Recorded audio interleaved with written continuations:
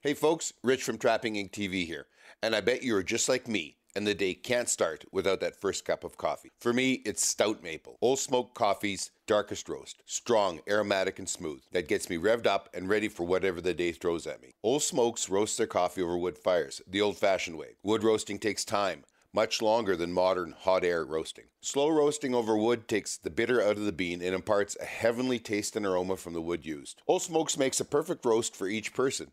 There are 5 roasts from light to extra dark, each roasted over a different wood for a unique flavor. Right now you can order from their online store and use our promo code RICH, that's R-I-C-H, and get a free travel bottle on any purchase of $45 of coffee, excluding the Wounded Warriors blend. Just go to oldsmokescoffee.com, that's O-L-E, smokescoffee.com. Use the promo code RICH. In these trying times, everybody's trying their best to adapt. Old Smokes is changing the promo rewards every couple of weeks, but every time, from now on, use RICH for the code. RICH will be the only promo code going forward, and what the heck, it's a lot less spelling on that silly phone screen. And now, back to today's show. Are we ready? I think we're live. It's been a day since we did this. It's been a day. Hi, welcome to the Scuttlebutt Podcast. I'm Rich Mellon from Trapping Inc. TV. And I'm Sandi Mellon, also from Trapping Inc. TV. And today is the Monday of the August long weekend here in Canada, and we are up at our trapping cabin and trapline, registered fur management area, however you want to describe it. Anyway, we haven't been here for a really long time. Oh my gosh, no, it's been a day. We had such a crazy spring. Oh, yeah. The spring happened in like 26 hours, and at the same time, the whole virus thing, which is still going on, was going on, and so they shut down the oil patch. Yes, they did. In fact, where we are is in the Seal Lake heavy oil sands area, and they extract crude and bitumen and all the byproducts and whatnot that come, condensate and so on. They extract that by SAGD. So steam-assisted gravity drainage is what SAGD stands for. Right. But what's going on is this is all oil sands. Everybody knows about the oil sands at Fort McMurray and about the big pit mines and that. That's only 3% of Alberta's oil sands that can be strip mined. Here can't be strip mined. It's too far underground. So they drill down. And it's very wet here too. Well, but they drill down. They run horizontal. I mean, what they can do with modern drilling is unbelievable. And then they have all these feeder lines that pump either the condensate or the steam in there, and to dilute the bitumen. It drains down and into the sucking or pickup pipes, right? Right. And up it goes in through the system. Anyway, they shut the whole works down. There wasn't a light on out here anywhere the last time we were here. And when was that? Like April? May. First couple of days of May, because we got a spring beaver shooting. Remember? That's true. We did. And there was half the ice was on the lake. Yes. It was. But one of those, unintended consequences. When they shut it down, that meant no road maintenance. Yes, no road maintenance. There was hardly anybody out here. Maybe a few local people from the Métis settlements that are around us. Maybe there were some of those folks out, but we really didn't see anybody that weekend that we were here. No. And judging from the roads, there was no maintenance going on because they weren't hauling anything in or out. Yeah, there was a lot of snow and it hadn't been plowed or anything, so pulling the trailer was interesting. But what happened then was he had this really fast spring, flooded everything. We got flooded at home and lost the road at home and all that kind of stuff, and the road washed out up here. Yes. Well, the road didn't get put back in until a week ago. Yes. It's just, and so now the road's back in, so we're back out here. But the incredible how the year went. Well, spring happened at our place anyway, and we can only imagine that it was the same here. In about 26 hours, we went from 3 feet of snow to 4 flooded, feet of water. Yeah, 4 feet of water, and just devastating for a lot of the places around us. Our neighbors, our highway people, everybody was affected by it. So. Anyway, it was a good thing to know that the cabin was still standing. Yes. And there has been no forest fires, which last year when we were in Africa, we were afraid that some of the forest fires were going to push this way, and we were helpless. We couldn't get out here and do anything because we were half a world away. I hear the loon. Yes. Oh, and if the lights flicker, don't worry about it. We shouldn't lose power, but we're running on the small generator. The Honda backup, the 2000 is what's running everything. The Yamaha, after 4 years of me doing nothing but dump gasoline into it, needs some work. Yeah. Can't imagine 4 years of. I know. But what a great weekend we picked to be up here. Maybe, maybe not. I mean, it was so frightfully hot. Let's talk about an accomplishment. I am unbelievably proud of what you have done, and you did it in such a compressed time. You're talking about Africa, because when you got back from Africa, you had a whole bunch of work to do, and I did. And you changed jobs. Yes. Well, about 2 years ago, I was approached by a couple of guys who I'd worked with, one of them, and the other one was his best friend. And they asked me if I might ever be interested in joining their investment team. And I thought long and hard about it. And we had lots of discussions about it because I have over 30 years of banking experience, but most of that's been on the credit side of things, not on the investment side of things. So in order to be employable in that realm of banking, there's a number of Canadian Securities Institute courses that have to be completed. So when we got back from Africa, I started studying and wrote 3 exams, one in August, one in September, one in October, and finished up my career with RBC. And that was right around my 59th birthday, and I gave my notice that I was going to retire. And then because I'm going to a competitor, or I went to a competitor, so I'm with Scotia Wealth Management now in Grand Prairie. They got all petulant. Well, no, I mean you could call it that, but really in reality it happens, and it's not punitive, but you have to leave your employer if you're going to work for a competitor. Even though I'm not in the same space in the banking world, I'm still with a competitor. So I ended up having 5 weeks off at the beginning of the year, which was kind of fun. Got to visit family and do a few things like that. But now, and then it takes a bit of time, even though after you've got those first initial courses, then there's a bunch of other courses that you have to take. And so at this stage in my life, I'm proud to say I can learn still. And well, let's not play this down that you can learn. This is usually what, 2 or 3 year course that you managed to do in your spare time. I don't think I had you busy enough in the skinning shed, but in your spare time, you did it by correspondence. Yes, I did it by correspondence, and then a number of other courses that were a requirement of being a registered wealth advisor. So I've done all of that. And now I'm a registered wealth advisor. So, and everybody out there's thinking, how is a lady that bright end up with me? Just lucky. I'll tell you right now, best set I ever made, guys. When we talk about our favorite all-time sets, best set. So now you're out there and you are playing the stock market, advising people on how to structure their portfolios.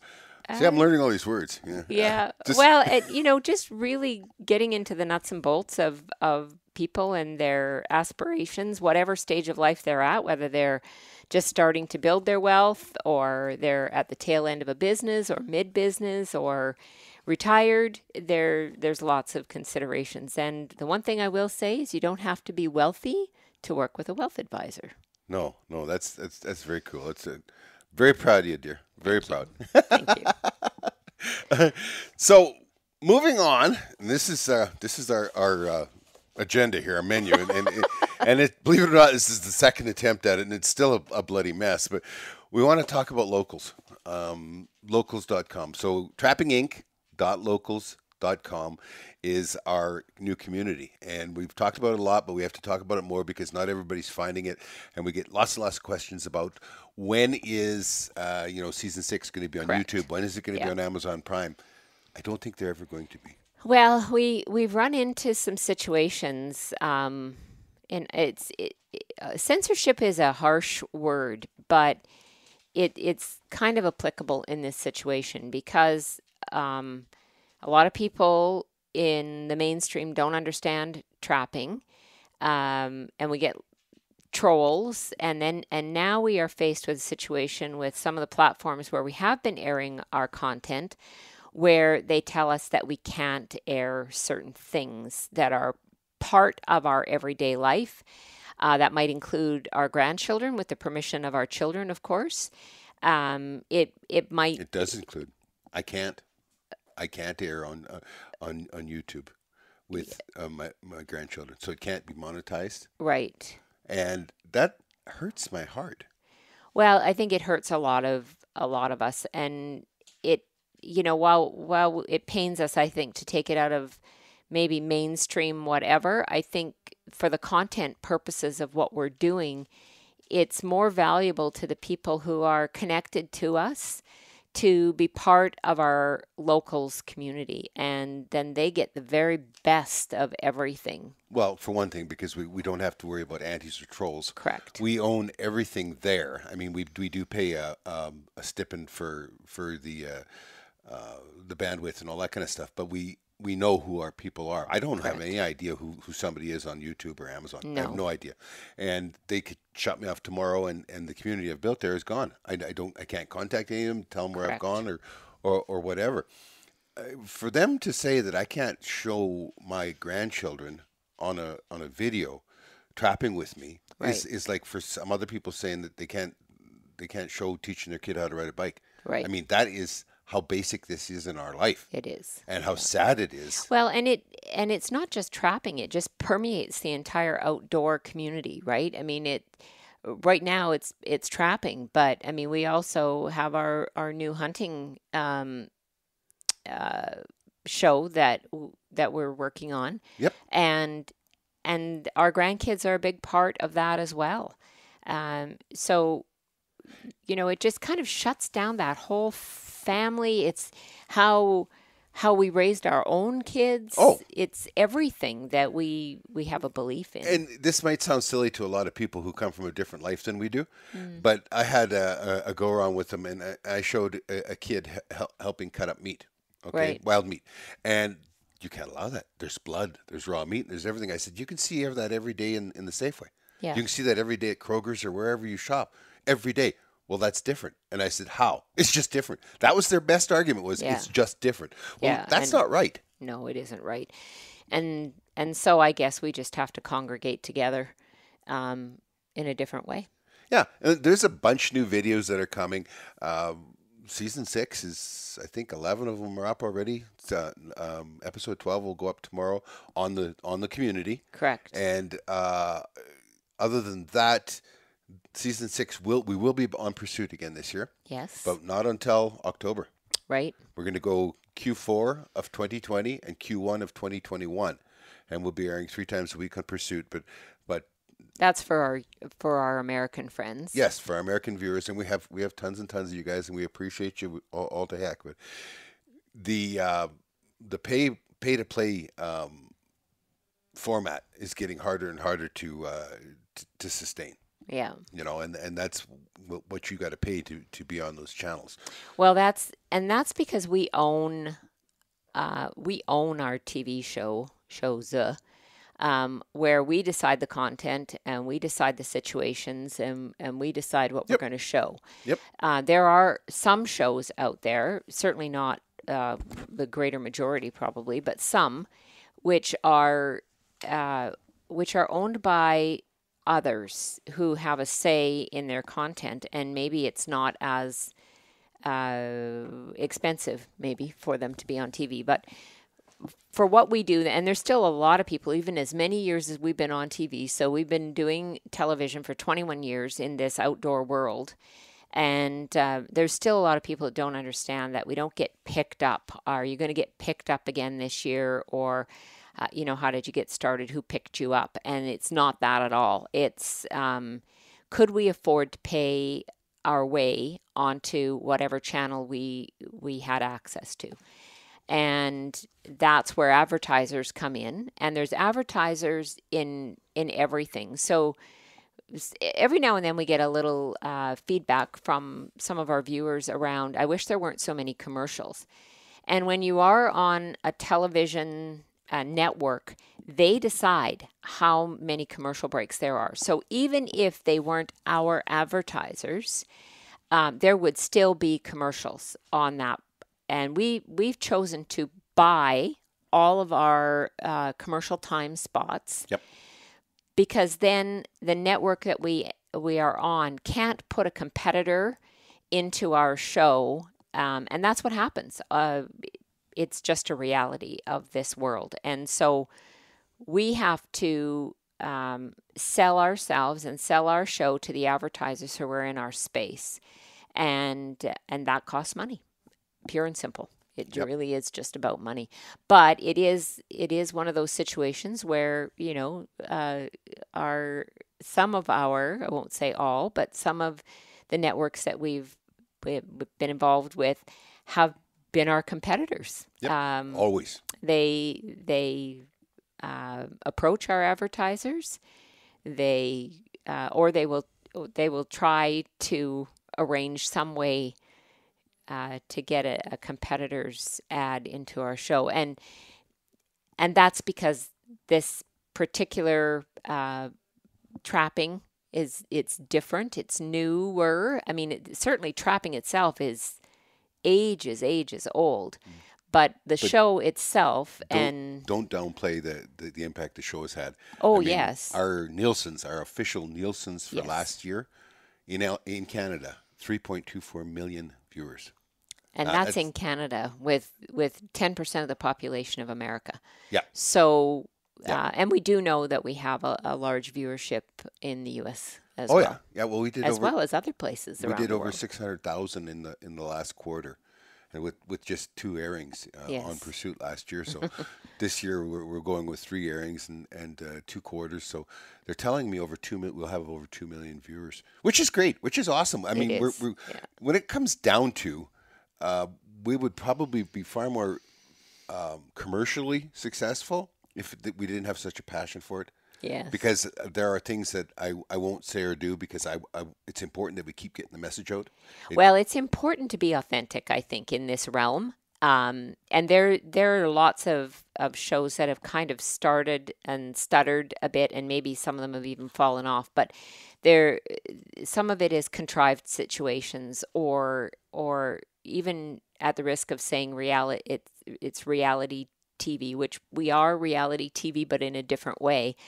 There are situations that, we don't have a camera crew following us around, and there's been plenty of exciting moments. One of them happened yesterday, as a matter of fact, where you can hear the strains of the Edmund Fitzgerald playing.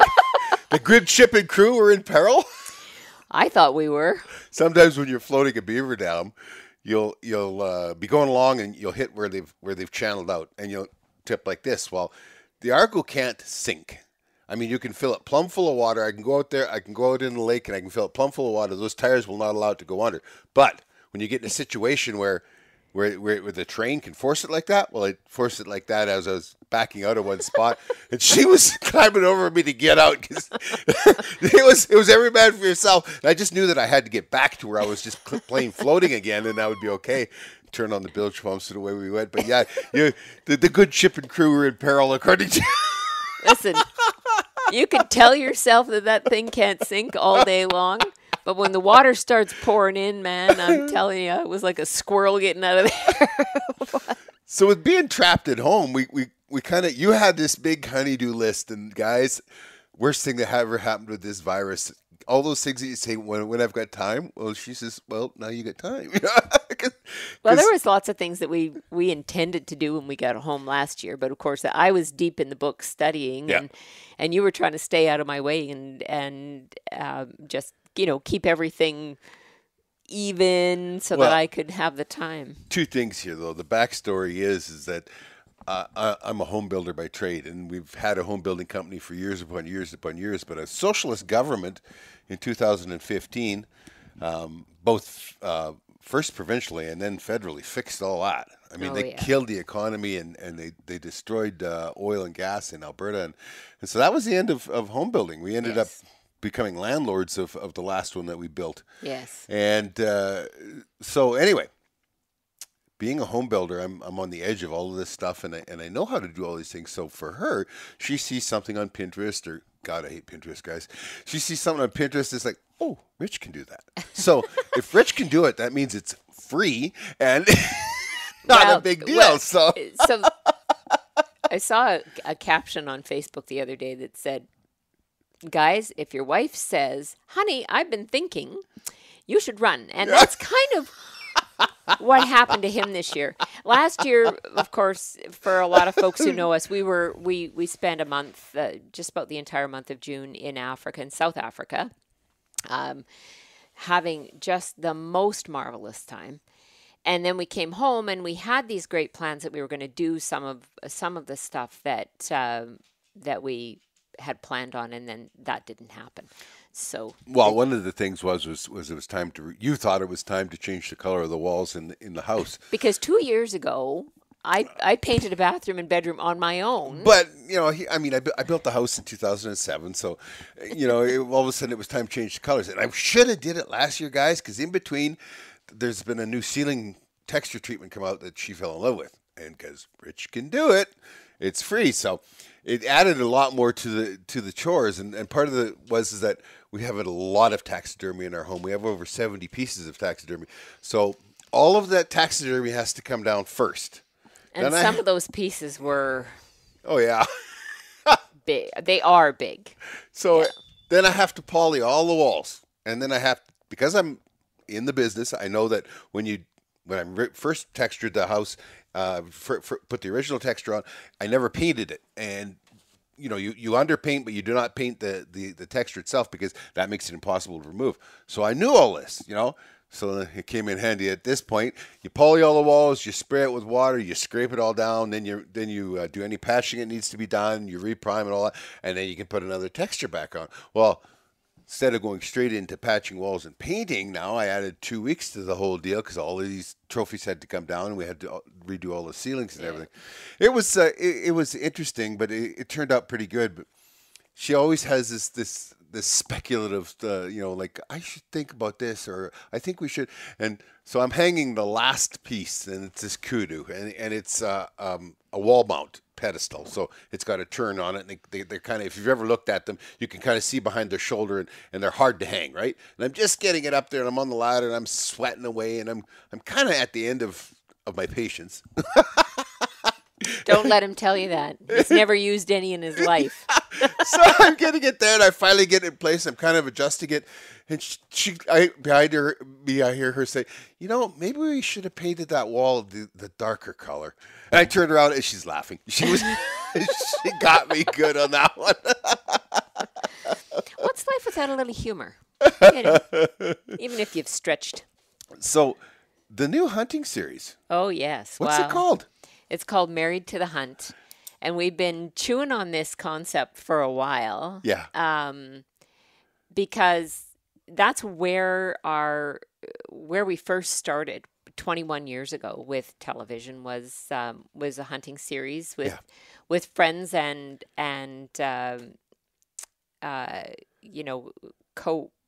co-conspirators, let's say. I don't know. We were business partners. Well, yes, but at the time, 21 years ago, there wasn't a show on television that had women in it. And so very few, yeah.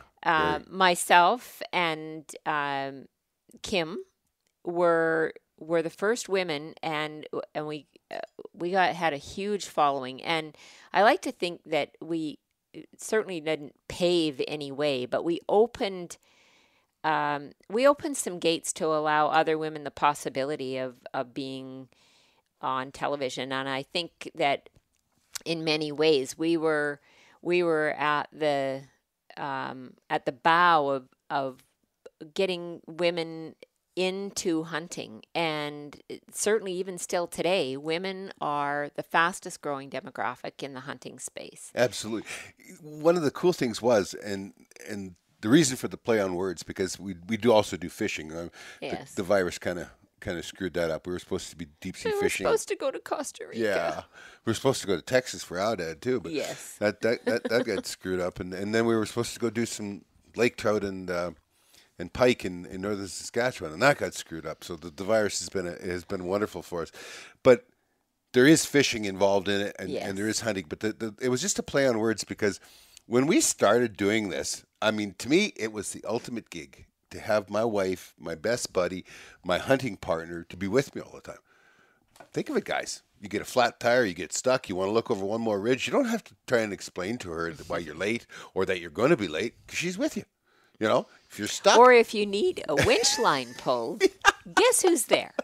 she's she's there. She's there pulling winch. Exactly. So I mean, it's perfect. You're never you have the perfect partner with you all the time. And I always thought of it that way. This is from the very bottom of my heart, or the top of my heart, wherever the important stuff goes, bottom or top. But to have somebody who finds hunting, fishing, and trapping as precious in their life as I find it in mine is an unbelievable blessing. And that's the way I've always looked at it. But we get these reactions from people. You know, two reactions. One, does she have a sister? I don't. A single sister that might be we could get married off to, or two, you poor bugger, you can't even ever get free of her even in the bush, you know. Yeah. And we've always looked at it as being a blessing to be able to spend this much time together. I can't imagine not. So, we were still doing the hunting series with TJ and Vanessa at for the first couple of years that we'd started Trapping Inc. I think 2015 or 16 was the last we did on the hunting. In any event, it just got to be too much to do both. And then, partly the virus, partly some of the other things that have happened, the NDP being in charge of our local economy and whatnot, it has freed up some time for Richard to think about being creative in another series. So that's right. When I was building, I could have never taken on another series at all. There just wasn't time. Right. So this has just opened up some possibilities for us, and we certainly did film everything that we did in South Africa last year, and not all of it was hunting. Some of it was touring, and just the incredible people that you meet when you travel. I think that above everything else, even the species that you hunt over there, it's the people you meet. And ever since we've been going to South Africa, the family that we've gotten to know, and by extension, their friends who are now our friends, and the one couple there, they have two little boys. And the second trip we went to Africa, we actually spent up at a farm near Lady Grey on the Eastern Cape, and this couple have two little boys, and Ben was 5 or 6, and his little brother was about 18 months old. James was about 18 months old, and we actually didn't get a chance to see them last year when we were gone. But it's really funny because Ben thinks that we are his friends, not his parents' friends. And when his parents were getting everything ready to come and meet us and everyone else for dinner, they said, we're going to meet Rich and Sandy. And he said, but Mummy, they're my friends, not your friends.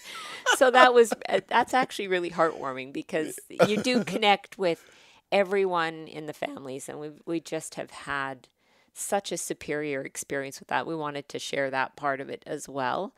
And some of them were along on our adventures when we were there last year. It was just really an incredible trip. Yeah. So Married to the Hunt is going to be a lot of fun. Yes. It's going to be a lot of fun, and it's going to be just you and I, and the fun that we have trapping and that. We're going to try and bring it there. Well, the fun that we have trapping, the fun that we have hunting. No, just like what we've done with Just Trapping like Inc. trapping, and well, yes. the very laid back structure we have. There's some interesting issues that come up, and you'll watch the series, and you'll see a whole new definition of that song. I want to check you for ticks. Oh, yeah. So Even though we were there in the winter last year, it hadn't been very cold. yeah. And you don't think of South Africa as being cold. And in fact, the first time we went, our very good friends, a doctor and his wife from South Africa, they're from Cape Town area actually, they they warned us. They warned me.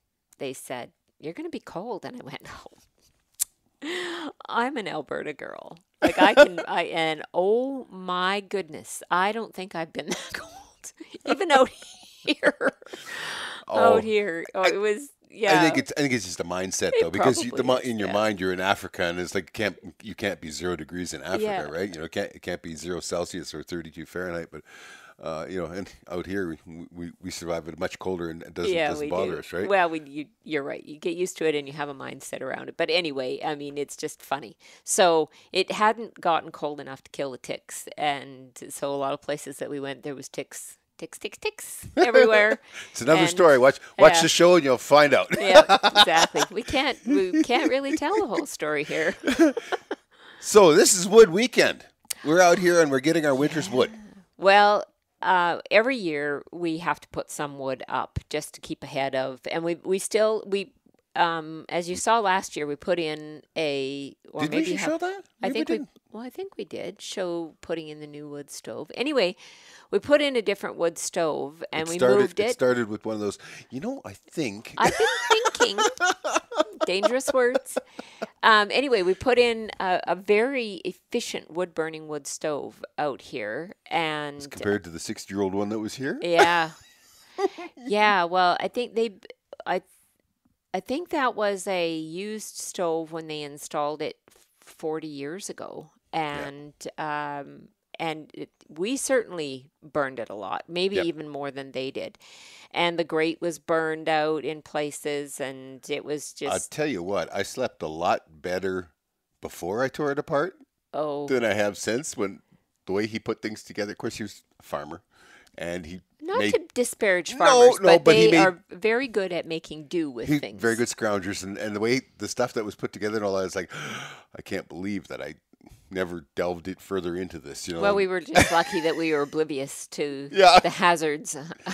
Sometimes God does take care of fools. It's true. It's true. Anyway, we didn't burn as much wood last year as we have in previous years, but we still need to replenish that wood pile and whatnot. So this year, there were a couple of trees actually right in the yard, Yeah. which were pretty sick, and or we thought they were pretty sick. Well, they were. They were. I mean, the ants were working the one, and they're big spruce trees.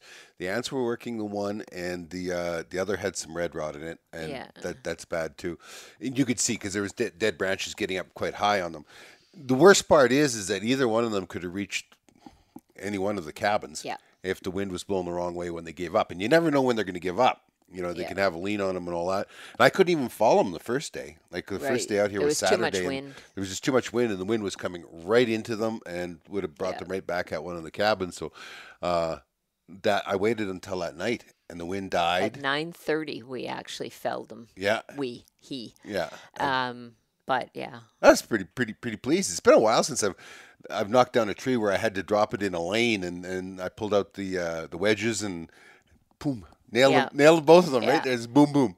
So yesterday, was it yesterday? Yeah, yeah. I guess. Yeah, okay. So we got here Friday, and it was the only night we could have a fire, and it was still warm.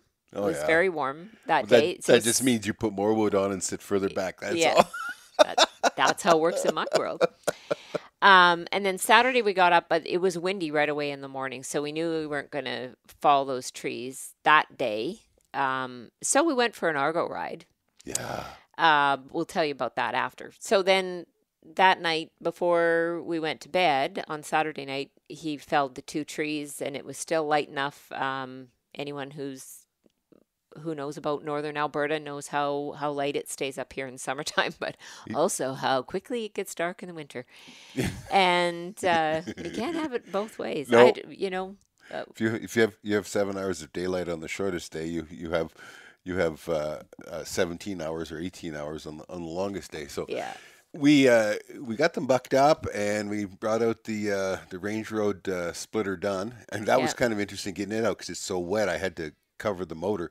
Now, normally there's that much clearance for the motor. Like, I mean, before you get water to the motor, well, There's more than that in a lot of places on Yeah. coming in for the water. We got them all, got it all bucked up, got it all split up, and it's all stacked. Yeah, and it took some reorganizing in the woodshed too, because there is some wood in there that's 2 or 3 years old still that we haven't gotten from the back. So I moved a bunch of stuff around to begin with, and then it's only on one side of the yard to the other side of the yard where the trees were felled and where we split everything and put it in the woodshed. But it's still it took us 3 hours, I guess. Not bad though, considering It wasn't, and we started earlier. these are trees that if you were splitting by hand, you some would of those, never touch one of these. No. Like, I mean, they were just hairy. And you know what I mean by hairy, where they have all those branches that big. The And knots. they're just everywhere. Yeah. And without having that splitter, it's a kinetic splitter. And I mean, it's a 34-ton unit. And man, it just doesn't slow down. It just hammers stuff. 3-second stroke on it. I mean, it's a dream.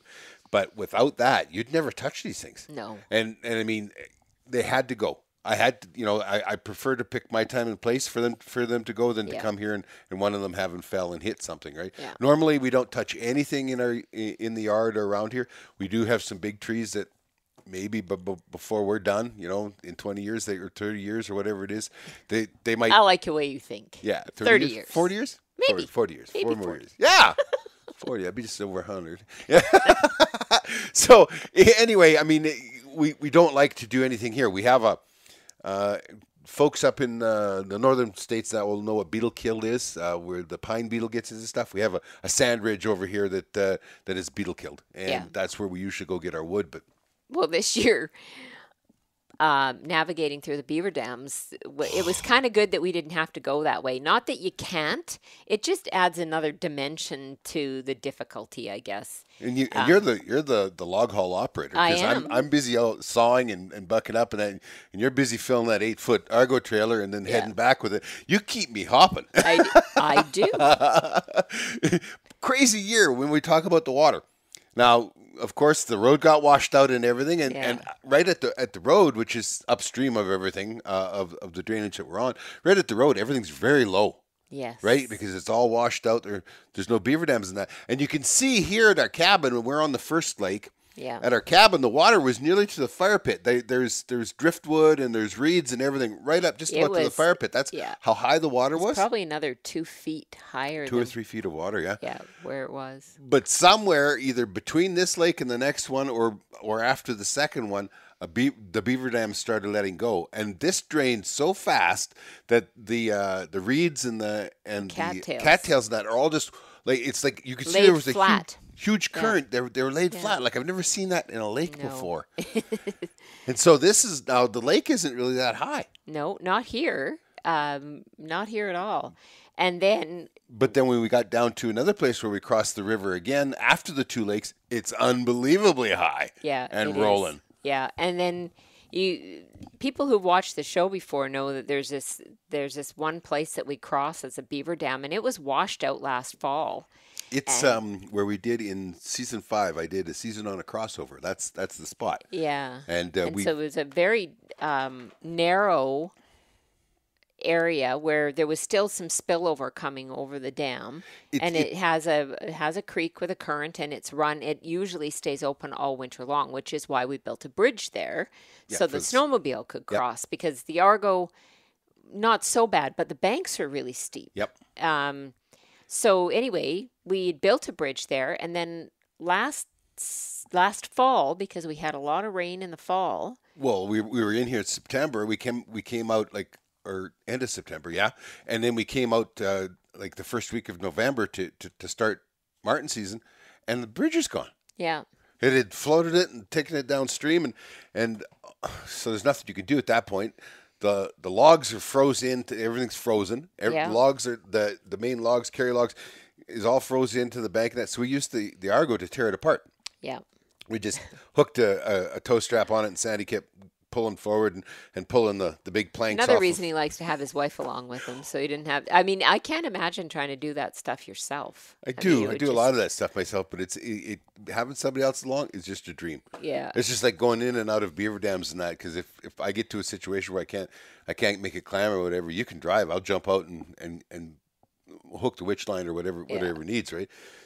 Do that by yourself. Well, you gotta land, nail that landing on the way back in. You know what I mean? I do it about half the time. The other half, I have to swim back to the Argo. Anyway, Time to get home with wet feet. we pulled all these planks off, and we kind of threw them in this mix mash of Jenga or whatever to across things that were sticking up, and it kind of froze into the ice there, and it made the bridge for the winter. Well, now with this flood, we can't even find, and those were rough sawn planks. Yeah. And what were they like? 4 inches thick. 4 inches thick, and 4x12s. Yeah, rough 4x12s. And and then how long were they? 10, 11 feet Yeah, long. so you can imagine how heavy they are. Yeah. And we couldn't find any of them. They're all gone. When we went on Saturday, because that was the first time we went across. So anyway, we got some good footage of how the Argo works in those situations too. Well, and actually, it blew out the banks, so the banks are even nicer now for the Argo. Yeah. I will put the bridge back in, but just for the Skidoo. Yeah. The Argo has no trouble whatsoever. No. But it's the Skidoo is a different story. So we're gonna have to fire up the Range Road sawmill. We got one of their 32 inchers bandsaws, and we're gonna cut a bunch of rough planks for building a new bridge. Yeah, that'll be in a future episode down the road of Trapping Inc. Yeah. That's like, I don't know, that's about 5-6 miles from here at the cabin was where we get to that bridge, and that bridge is gone, and we work our way through. But there is so much water. Some places are high, some places are blown out and gone. Right? It's hard to predict. But the grass. Oh, the grass is driving along in the Argo. The grass is like at eye level and above. And so then you can't see all the perils that lie in front of you. Yeah. And because it's been so wet, there's been a lot of trees that have come down on the trails that you use, especially in the winter time. I mean, we travel it in the Argo in the fall before there's too much snow. But in the wintertime, those are tough if you hit them with a snowmobile. So we're going to, at some future time here this summer, fall, we're going to have to get out and do a lot of trail maintenance there too, because, and in some cases, you couldn't see logs that are like this big around because the grass has just completely hidden them. And that's the worst thing. I mean, I've always been cautious when you can't see. I slow down. Yeah. And I mean, but I hit a couple of logs yesterday at 5 kilometers an hour, 3 miles an hour, and when you're going up over a log like that, boom, boom, it's a little bit of a jolt. Sometimes you stop short. Yeah, but you can't literally see them. That's how high the grass is. And the other thing is these are my trails, and over the last 6 years, I probably got about say 20,000 kilometers, so 12,000 miles I have put on these trails. So when you drive a trail a lot or a road a lot, you have this memory, right? This muscle memory. You know where the bumps are. You know where the logs are and that kind of stuff. Well, yesterday I was like I was lost. Yeah. Well, I don't. There were so many on that one trail that comes. Well, I guess it kind of like northwest trajectory or whatever. Yeah. But it was ugly out there, and so we just picked our way back. It took a lot longer, but yesterday was 31 degrees Celsius out here. Holy Which is mackerel! Like 92 Fahrenheit or something like that. And which y'all can keep down south. Exactly. For all of our viewers who are who live in temperatures where that's considered cool for a summer day, us northerners, that's hot. Yeah. That is hot. I always say that I can always put more clothes on when it's cold, but there's a point where I get arrested when it's hot, taking them off. True. But I don't think I've been that dirty, because we were out moving stuff off trails, and then, your hands are covered in pitch and your clothes are dirty. And he looked at me and said, I don't think I've ever seen you that dirty. Which... Dirty girl. So anyway, that's one of the other pleasures that we have out here, if you want to call it that. It's the shower on the front step. Yeah, it's the front porch shower that we have, which is a good thing. We're in the middle of nowhere because, boy, people get their eyes open. Oh, yeah, thank goodness we don't have any of the two-legged neighbor variety. But the waterfowl is unbelievable. Like the swans have huge families, and where trumpeter swans are what nest around here. The the tundras or whistlers go much further north. Yeah, they do. But the trumpeters here are having, in some cases, families of 5 and 6, which is Yeah. so awesome to Isn't see. it? It is. And the ducks and pelicans. The pelicans. We have, I don't know what you call a flock of pelicans. I'm sure someone can Flock tell us. will work, I guess. I don't know. Whatever. Herd? Anyway, they are enormous birds. Anyone who knows what a pelican is. They're And the white there's ones. probably 50 of them that live out here. And yesterday when I went down to the lake, they were at that far end.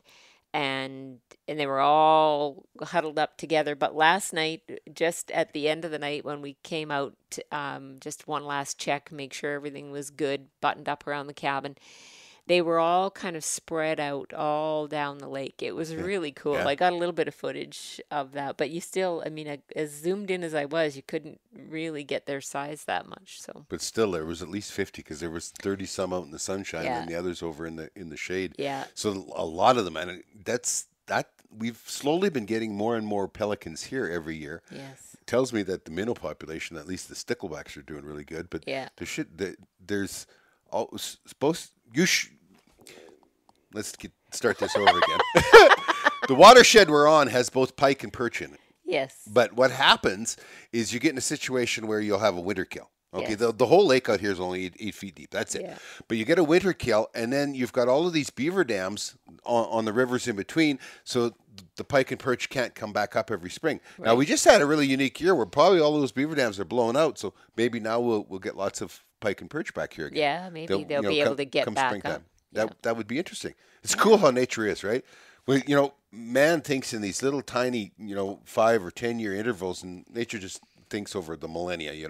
every 1,000, 2,000 years. Yeah, you know? this is just like less than a day's worth of, you know what I mean? Like Yeah. from what's happening, but nature plans ahead. Well, it's just like what's happening right now with voles. Right. Our upcoming season, our mustelids, like our weasels, the Martin, martin and Fisher. the fisher, are going to be off the charts. I think so too. Voles are, A lot of people call them mice. yeah. When I was a kid, you had the long-tailed deer mouse or jumping mouse or kangaroo mouse. They had a long tail and they jumped, and they had that kind of that little pear-shaped body, right? The teardrop-shaped body. That's a true mouse. That is, and it has a hairy tail and that kind of stuff. But the other mice, what we called mice, we called them a field mouse, and they're kind of round and flat, and fat looking, and they were bigger than the deer mice, and they had a shorter, hairless tail. Yeah. But in actual fact, they're voles. And if you look at the ones we have here, they're called a redback vole, and the back of them has this reddish brown, kind of almost a peanut shape on that covers most of the back, the reddish brown. And their population has been doing this for the last couple of years, and this year it's just off the charts. Yeah. And we really noticed it around home this year. I mean, we have a lot of mice that live under the snow right close to the house. And there's always been those paths of mice underneath the snow, and when it melts, you can really see where they've been living all year. Well, they get into your sod on your lawn, and they eat the roots. Yeah. They spend the winter eating the roots, and they root it all up. And you might have a section. Imagine this tabletop, but maybe it's 30 by 30, and you can literally take a fan rake and just like that, and all your lawn comes off, and it's bare. Yeah. And because they've spent the winter in there eating in that. A lot of people blame that on mice. They say that the mice were terrible this winter. That's voles. That's what voles do. Yeah. But the voles, that a vole that big, It's a good meal. is a big meal for a martin. Yeah. And Well, you think about the size of a martin. One or two voles. yeah, not moles, voles. One or two voles would be a big meal for a martin. Oh, huge meal, and it's a very important food source. So as those numbers skyrocket, everything that lives on them. So not only all your mustelids now, but your cats too, right? Yeah, and owls. And owls, ox and owls. But we can walk. I was noticed just the other day. I finally got my road put back together at home. I put in another culvert, and because it's been so wet, couldn't. Yeah. But I go out and walk through the woods at home, and it's nothing. You don't have to go very many feet to kick up 3-4 voles, and in the daytime. Yes. In the daytime, which is so unusual, right? Yes. Yeah. But we're just starting to get into prepping for next year. So one of the new video that's going to be up on the community on trappinginc.locals.com is going to be about trap prep. Okay, Yes. and trap prep for martin and fish and all that is really nothing. Just as long as they're clean, that's all you worry about. I don't treat them because they don't rust or anything. They just get an age patina on them and away they go. Anything that's going underwater needs to have some sort of a protection on them, dipped or painted. We'll be doing that, but mostly I'm going to show a lot of what we do with snares for wolves and coyotes, Right. and for wolf traps because of that excess amount of time we were talking about this year. Footholds.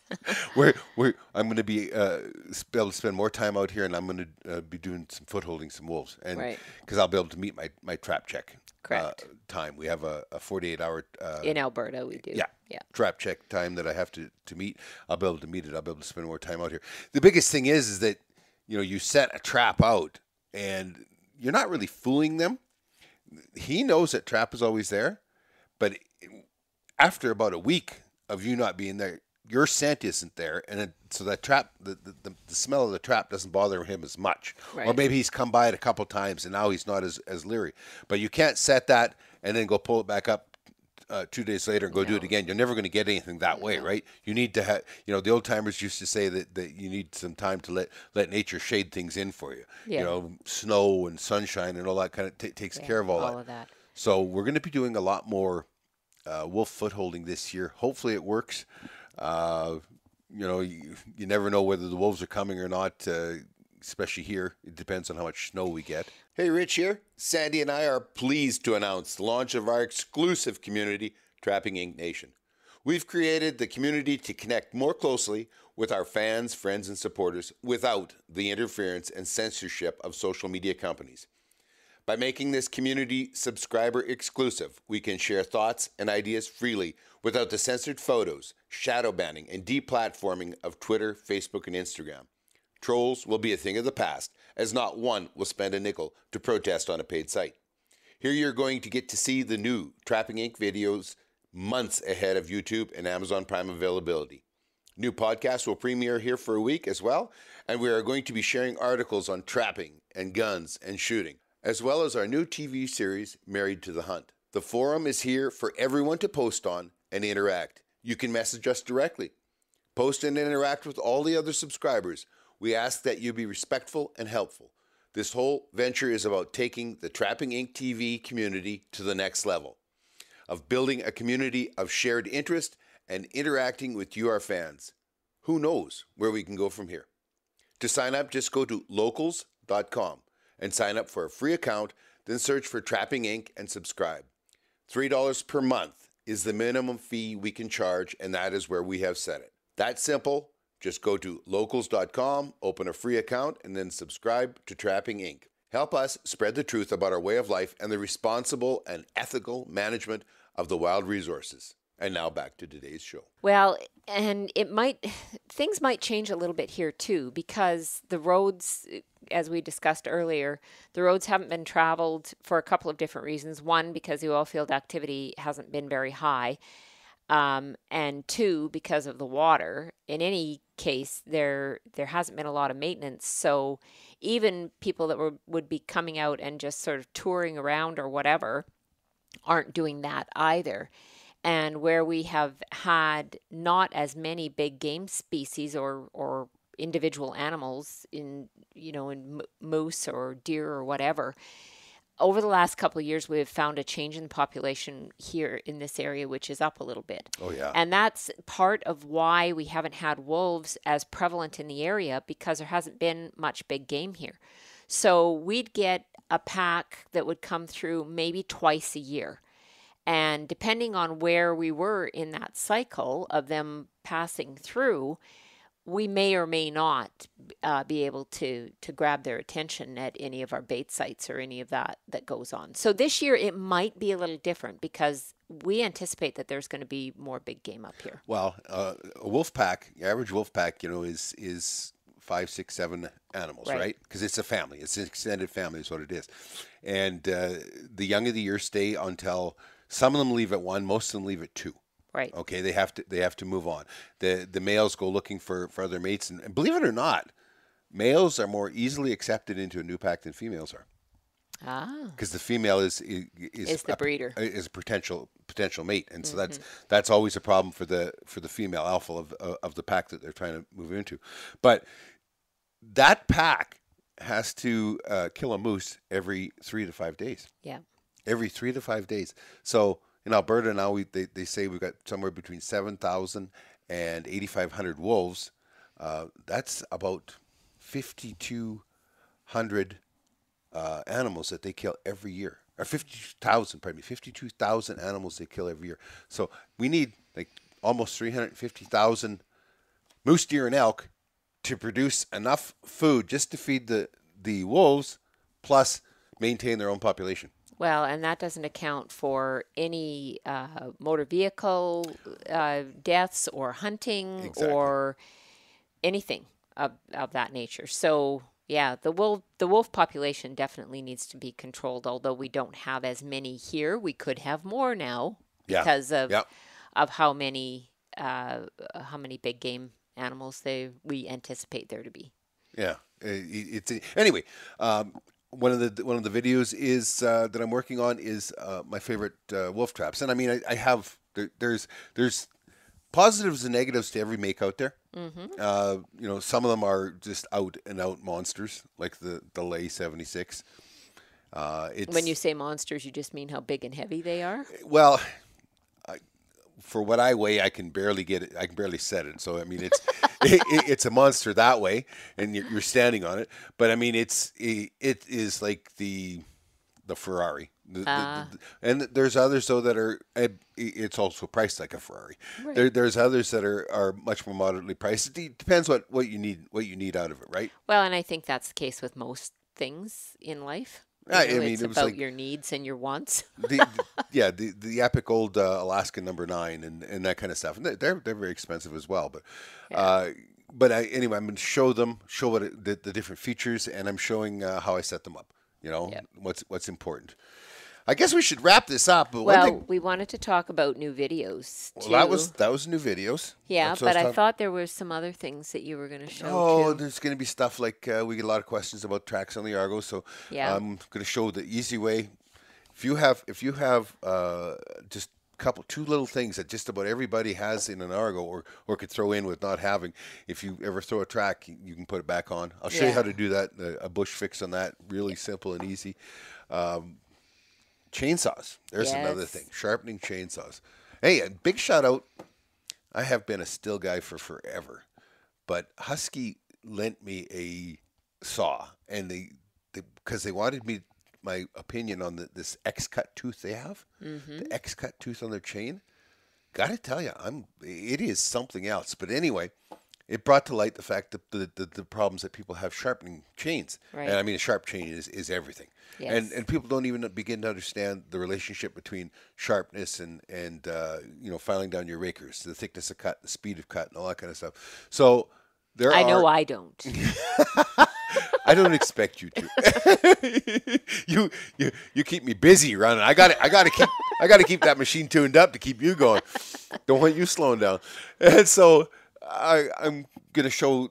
I've got 3 main ways that we can sharpen, from freehand to a couple of different, that are pretty much Tools. plug and play tools. That are cool. So sharpening there. Another thing is sharpening knives. Like, Yeah. good God, and I have that sharpening fetish, but we're gonna show. I have very sharp knives in my kitchen, and every now and then it's like, okay, Yeah.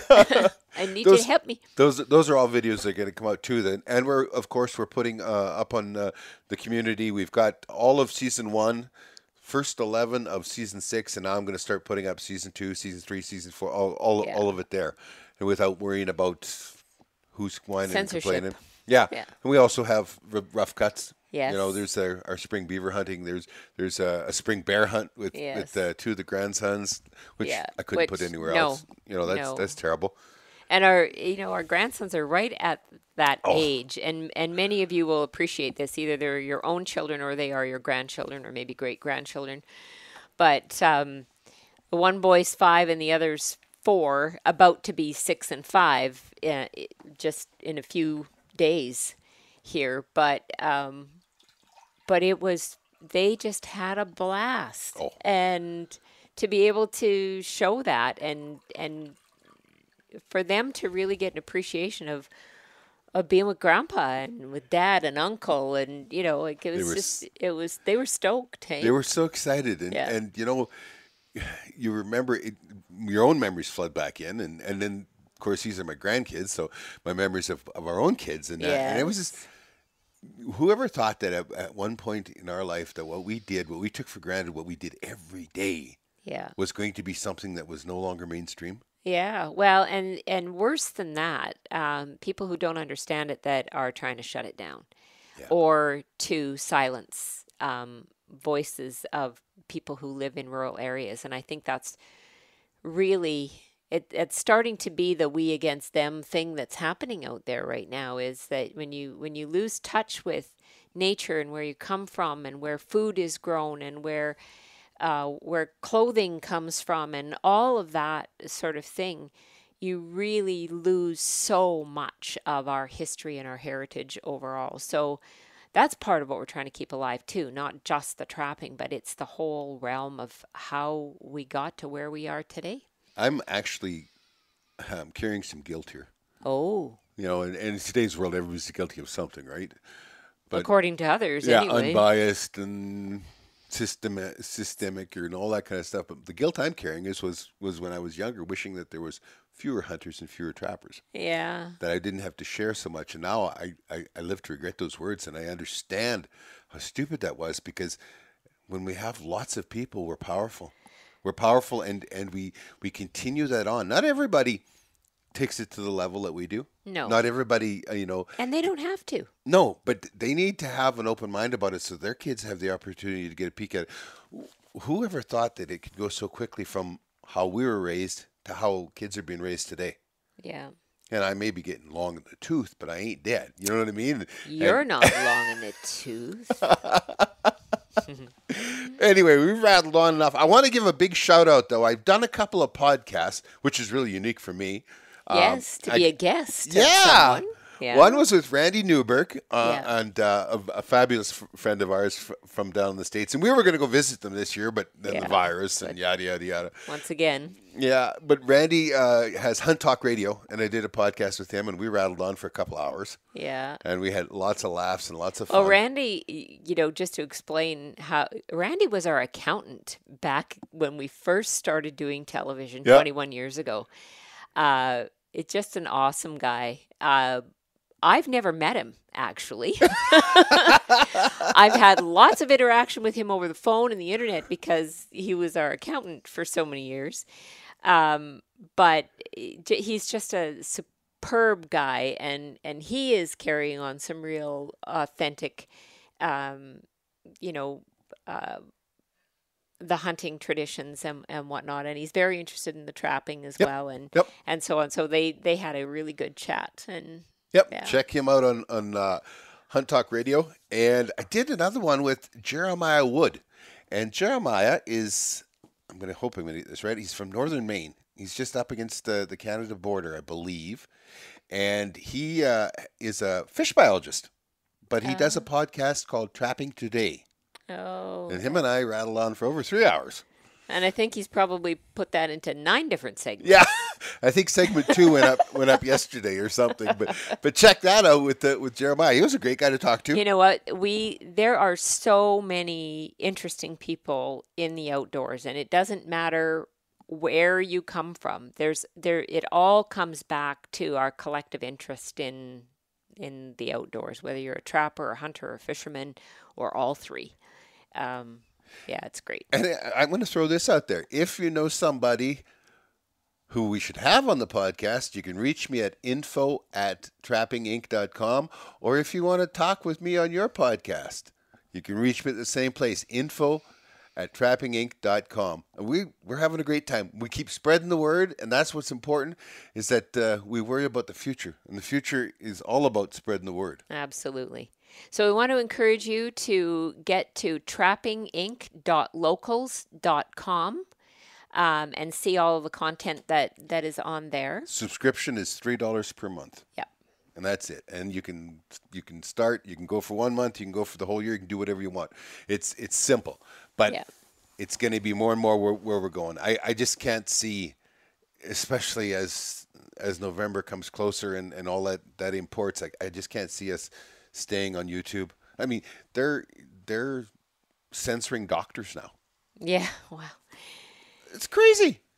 We live in interesting times, and that's all that I guess you can say about that. But isn't that the old Irish curse? I think so. May you live in interesting times. May you live in interesting times.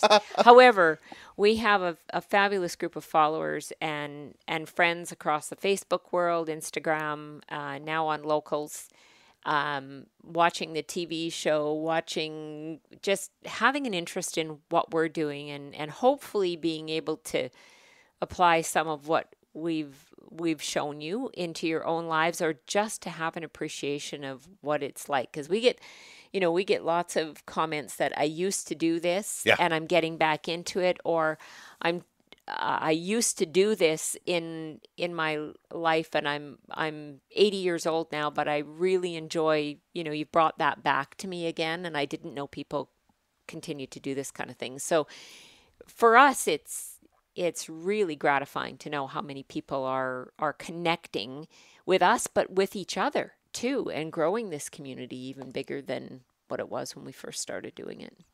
Certainly gone further and wider and in a different direction than I imagined. than either of us ever imagined. And stay tuned for Married to the Hunt. That's coming up later this year. Yeah, it'll hit Wild TV in Canada 1st of October. There you go. So lots of good, cool stuff going on. Thanks for sitting in here, whether you're watching or listening. I know we hear from a lot of people that we're their daily drive listening to our podcast. So. Yeah, and it's nice to bring this to you from the cabin, because I think a lot of people have that appreciation too, that we bring the cameras and all the stuff out here, and we just sit and talk to you like you're our neighbors, which you pretty much are. Thanks for joining us. And maybe we'll see you down the trail. Bye.